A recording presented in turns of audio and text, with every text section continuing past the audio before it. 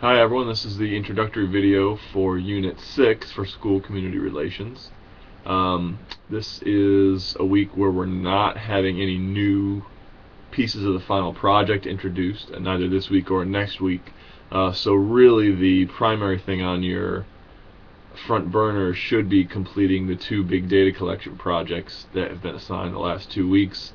The first of which being your parent survey development, which most of you have completed, your data collection, and then your analysis and write-up.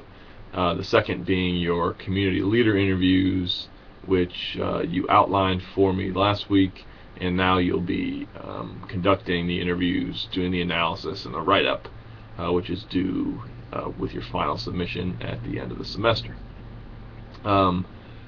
To keep us moving along on new content this week while those things are happening, and you'll certainly be spending some hours doing that work.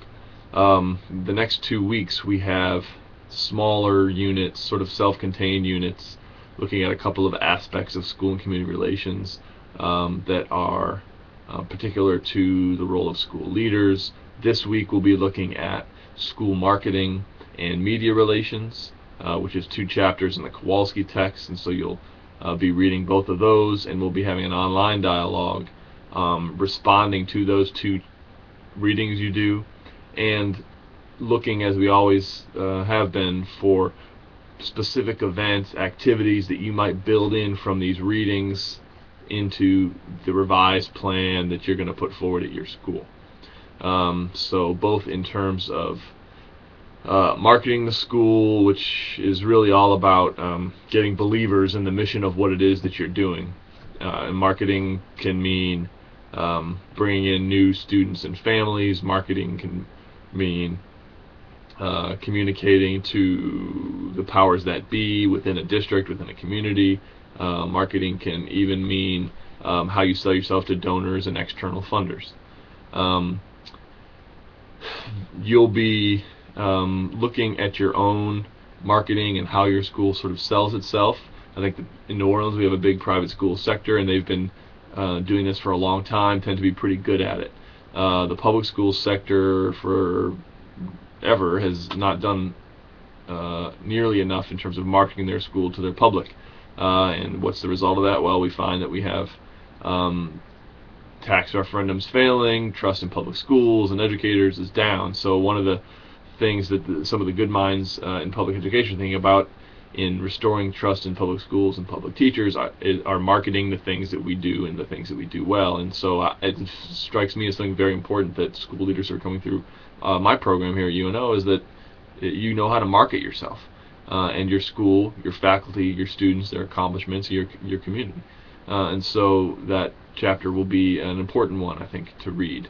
And I think a lot of school leadership programs don't include these sort of topics, and I think particularly in our city they're essential. As we see what's happened in Orleans is now getting going in Jefferson, and the choice movement, which has really got a lot of steam behind it, really impacting schools' need to compete for students and families. That's marketing. Second chapter this week is media relations, and so for media relations you really have 2 pieces of that. One is setting up relationships with the media so that you can generate some positive news about your school, which feeds into marketing, of course. But it's sort of the public relations aspect of getting your stories, your school's good news, picked up in the media and spread to a wide audience. The second is dealing with requests from the media, whether that's for commentary on a general item or a rumor or something negative that's been happened in your school. Anyone in a leadership position of an organization as big as a school, with a budget as big as a school's, is eventually going to have to answer to media requests. As a parent at my school, I've already fielded media requests a couple times. So this is more in the terms of skills training and the sort of ground rules for media relationships that I think are very practical. They're not nearly as high-minded or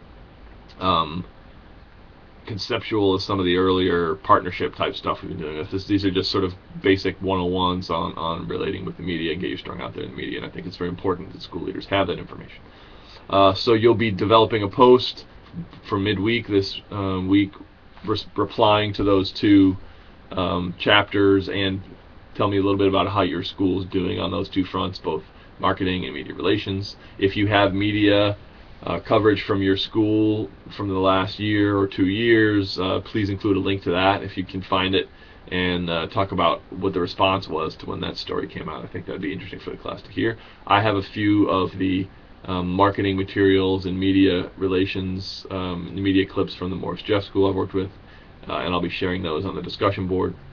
The week following this week, we'll be looking at disaster planning and emergency response. If you haven't yet done that, please locate and review the emergency response crisis management plan for your school or district. If you can find both, the school one's probably a little more important as it's closer to your workplace. But you'll be reading Kowalski's chapter on that, and I'd like you to have some thoughts and some summary on your school or district crisis management plan, emergency response plan for next week.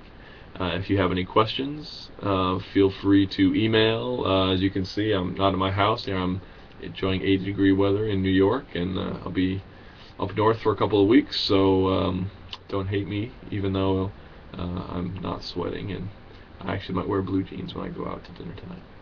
But hope all is well. Please send me any questions you have on the assignments. Thanks.